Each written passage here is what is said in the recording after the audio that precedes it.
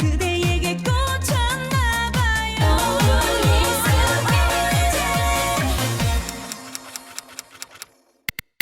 이 시간에 조금 어렵게 하는 재훈의 부드러운 만사행통입니다.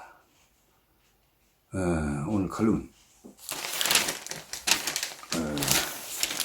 제가 빗둘려있는 4일 발이 안으로 붙듯이 제가 지금 일을 하고 있는 것부터 하겠습니다. 오늘 제가 이래 전 칼럼도 하나 실냈네요. 이재명의 안철수, 아까 제가 이야기했습니다만 이거는 연못 나무에서 고기를 잡으려고 하는 어리석은 짓이다. 왜냐면 안철수가 꼬일 리가 없습니다. 왜냐?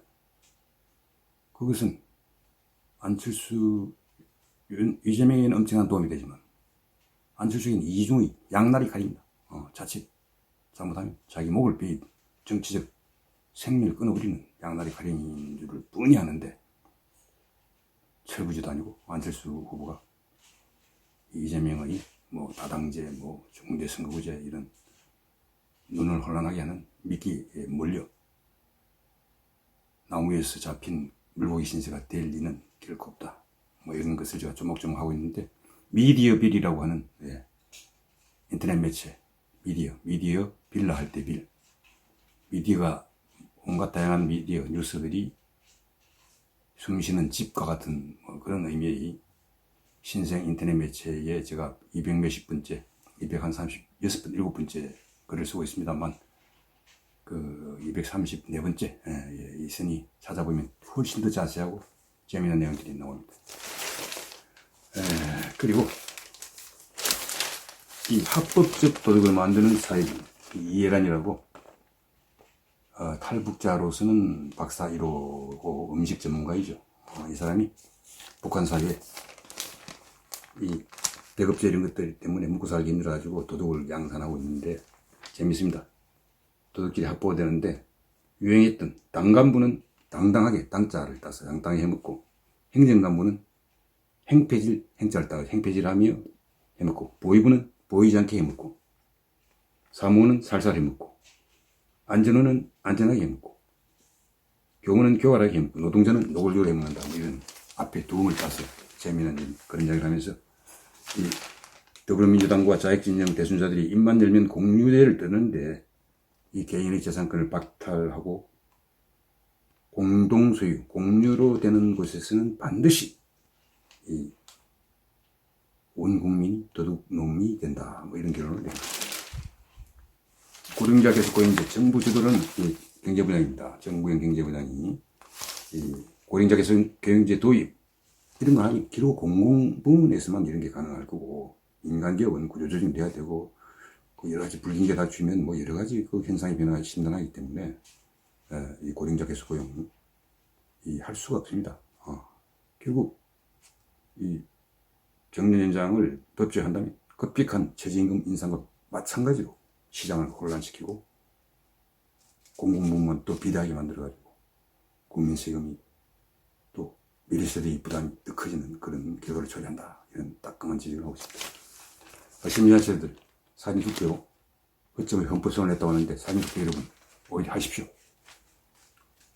어제 중앙선관위 사무총장을 지낸 사람하고 이야기를 해봤는데, 지금 국민의힘 이영하 의원이 IT 보안 전문가입니다. 이 사람이 여러 가지 사전투표의 문제점을 검토한 결과 문제가 별로 없고 시뮬레이션 되었다고 합니다. 승관이도 방문해가지고 용모조모를 다 자세히 해서 방송 유튜브로 만들어가지고 공표를 한다니까, 여러분 사전투표를 안 하게 되면 본투표도 안 하게 될 가능성이 높습니다. 지금 오미크론 20-30만까지 갈지도 모른다고 하는데 그 투표장에 안 가려고 하는 그런 생각들을 할 수 있으니 사전투표도 하십시오. 그래서 투표를 꼭 보수 우파 윤석열, 안철수의 철승연대 이런 것들이 이루어지면 반드시 승리할 수 있는데 투표를 높여야 됩니다. 그러니까 사전투표도 꼭 하시기를 저는 권유합니다.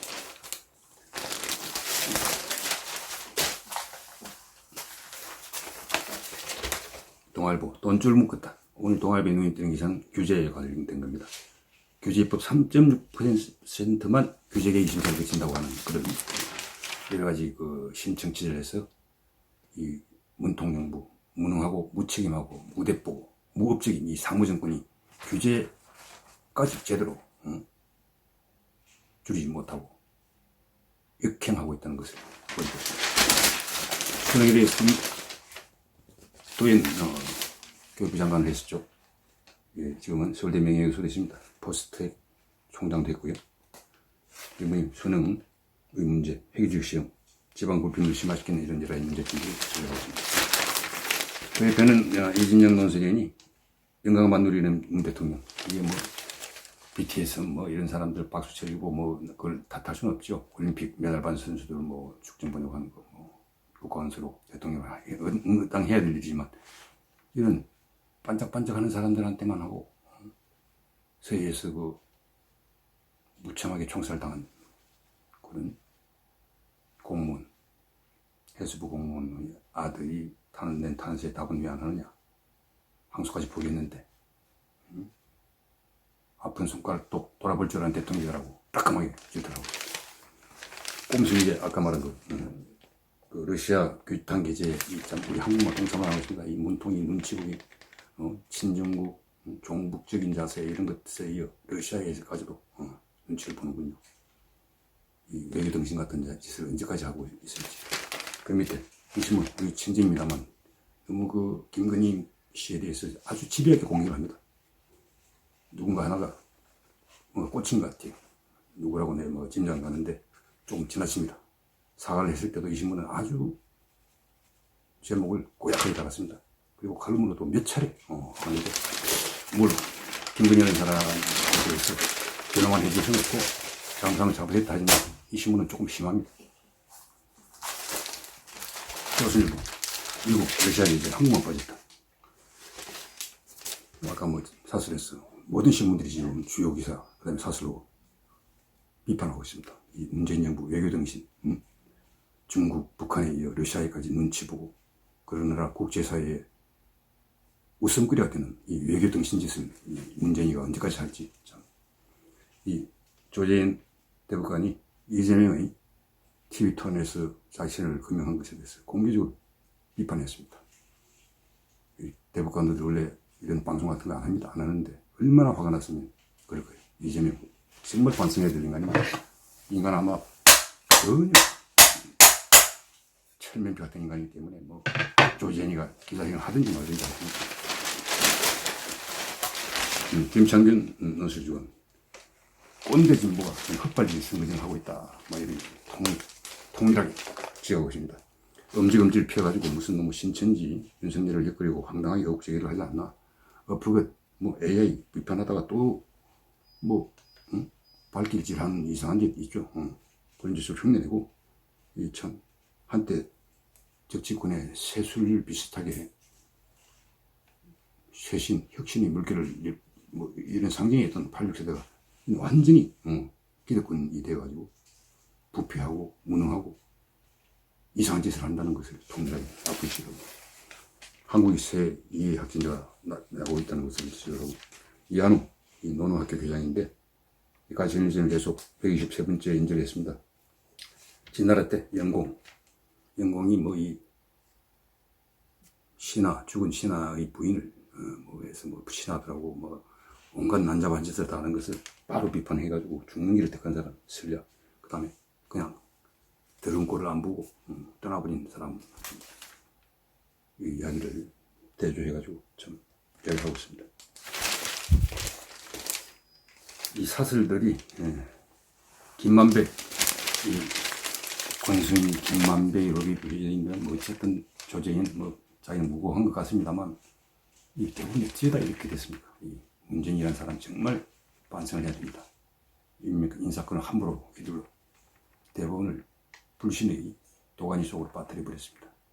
거짓명수 한심한 춘천지방법원장 선자를 바로 대법원장으로 해서 위계질서를 무너뜨리는 것, 이 권위주의는 없애야지만 권위 자체를 없애는 이런 망동을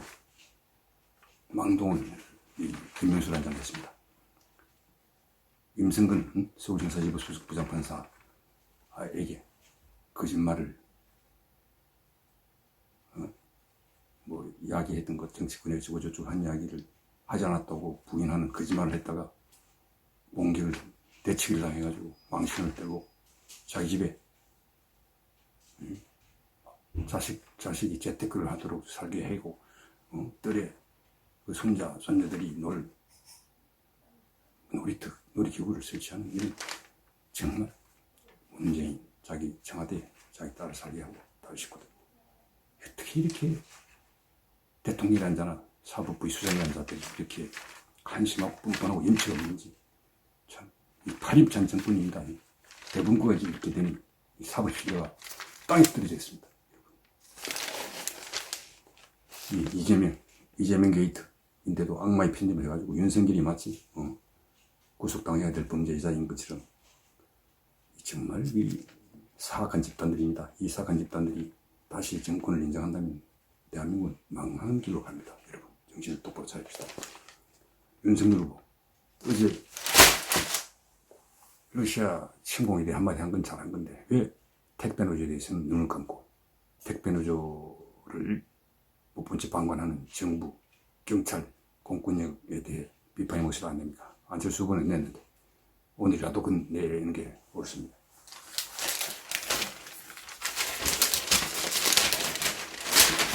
택배 노조 선동을 중앙일보가 일사설로 지적을 하고 있습니다. 택배 노조 불법 선동 정부 결국 법원에 CJ 대한통운이 호소를 하고 하는 이런 것들을 앞으로 질타하고 있고 조재인 초유의 기자회견 검찰 김호수 검사 이 한심한 놈 오염된 물이라고 하는 이름이 떠오릅니다. 김호수라는 이름만 나는 이자를 검찰총장으로 얘기하지 않습니다. 이자 그 다음 이정순과 하는 서울중앙지검장 그 다음 4차장 뭐 이런 자들 이 애완견들을 문재인이라는 자가 검찰이 손에 임명해 놓으니 수사가 개판이 되다 보니까 결국 엉뚱한 피해자 조정이 나왔고 이재명이가 엉터리 소리를 해서 대법관이 초유 기자에 한 이런 나라 꼴이 이게 뭔지 모르겠습니다. 광주는 발효 아니다. 일상 논설이죠. 이게 대선을 긴 복합 쇼핑몰 논란이 있는데 이 전라디언의 굴레라는 책을 쓴 한 기자 광주에 들어선 아시아 문화전당이 노무현 전 대통령이 공헌한 한국의 봉피두 센터와는 다르다라고 지적합니다. 서울이 재개발을 막았었던 도시 재생론자들 이야기를 하면서 상생과 연대가 쫙 하지만 그들은 광주에 또 서울이 광주나 서울의 골목길 낡은 집에서 그들은 안 살면서 강남 좌파들이 하는 행태 비슷하게 타인에게 가난한 시민들에게는 정신승리를 강요하고 이런 자기는 고층 아파트 편리한 새 아파트에서 사는 주제 이런 짓들을 하고 있습니다. 그런 것들을 질타를 합니다. 김정근이 껍데기는 가라. 안치환이라는 자, 이 참 한심하게 이를 덮는 자입니다. 마이클 잭슨을 빗대 김건희를 참 부정적인 프레임을 씌우는 노래를 만들어서 휘휘닥거리며 노래를 부르는 자. 이놈이 신촌에 불법 건축을 한 건물 4채를 갖고 있습니다. 이 엄청난 부동산 부자입니다. 그리고 건축법 위반 사실이 있는데도 이놈이 무슨 좌파 권력인 것처럼 이렇게 그걸 무시하고 있다는데 이 참 껍데기 가라는 노래를 또 만들었다고 합니다. 껍데기 가라는 신동엽, 장시인인 신동엽 유명 시입니다. 그게 노래 붙였다고 합니다. 이자가 무슨 반봉건 반제국주의 강렬한 의지와 민족 분단 극복을 원하는 최고의 시에 감히 곡을 붙였다. 이제 고개를 내려가 뜨겁게 노래한 데만 남았다. 이런 한심한 놈이 이런 멘트를 붙였다고 합니다. 이 안천이라는 놈 내가 어디서 만나면 싸대기를 한 대 날려줄 겁니다. 어떻게 이런 놈 참 안치환 반제반봉은 기치를 치게 민족해방의 투사 참 이게 불법 건축물 신촌에 부동산 4채를 가진 이 쟤들이 말대로 부르주아 중에 부르주아인 놈이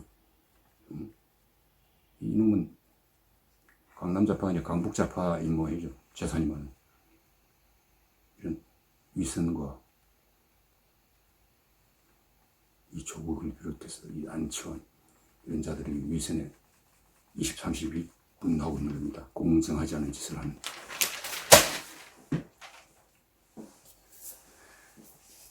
오늘은 조광우 신부님이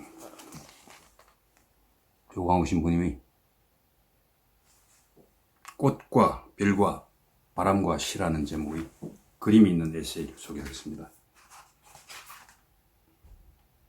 그 책 195페이지에 이런 그림이 나옵니다. 아스라한 큰 바위, 소나무 잔솔들이 있는 위에 큰 네모난 직사각형의 장방형의 바위 꼭대기에 한 마리 학이 서 있는 저 멀리 산봉우리가 보이고 위에는 또 해가 보입니다. 아래는 집들도 보고 집은 안 보이네요. 예. 소나무와 이런저런 나무, 숲, 바위, 조금 나지막한 바위 등이 보입니다.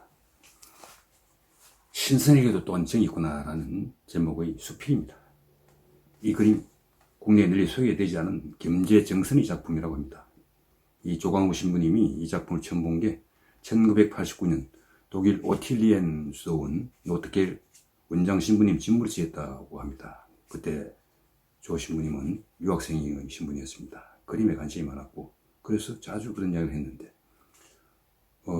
노트겔 원장 신부님이 겨울 오후에 초대해서 잘 포장된 화첩 하나를 비밀 문서에서 꺼내 내놓았다고 합니다. 200여 년 동안 지던 정선의 화첩을 손에 받아든 순간 조광우 신부님은 참으로 감회가 깊었다고 합니다. 이 작품 화표주, 아까 그 그림의 이름이 화표주라고 합니다. 화표주에서는 선역유정,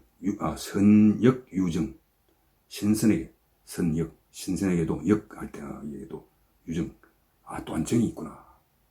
선역유정, 신선에게 또한 정이 있구나.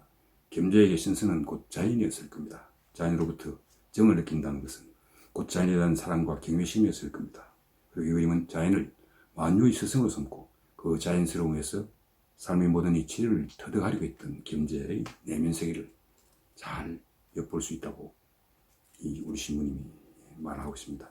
청결비랑 위에 한 마리 흑이 외발로 이렇게 서 있습니다. 천의 지각으로 이렇게 쓴 절벽 위에 또 하나의 절벽을 세우듯 한 마리 학을 세워놓은 겁니다. 겸재의 이 작품의 의도를 그렇게 분석을 하네요. 그리고 달무리진, 해가 아니고 달이네요. 달무리진 하늘 끝을 향해 목 놓아 학이 울게 하는 겁니다. 한치 문을 묻는 절기와 지조를 상징하듯 마을 한가운데 우뚝 솟은 절벽, 그리고 그 맨 꼭대기에 외발로 서서 울고 있는 학은 이 그림이 중심입니다. 그리고 이를 중심으로 숲사이 시내가 그리고 멀리 산기슭에 사찰이 펴져 보입니다. 지조를 생명처럼 소중히 여기던 조선의 선비 정신이 아니라면 이러한 그림은 결코 탄생할 수 없었을 거라고 우리 조광우 신부님 해석합니다. 그리고 겸재라는 한 천재 화가의 고고한 정신과 절묘한 표현이 아니었다면 이러한 민족의 정기를 오늘 우리가 살아있는 손길로 만날 수 없었을 거다라고 해석을 하네요. 그림 한번 더 보십시오.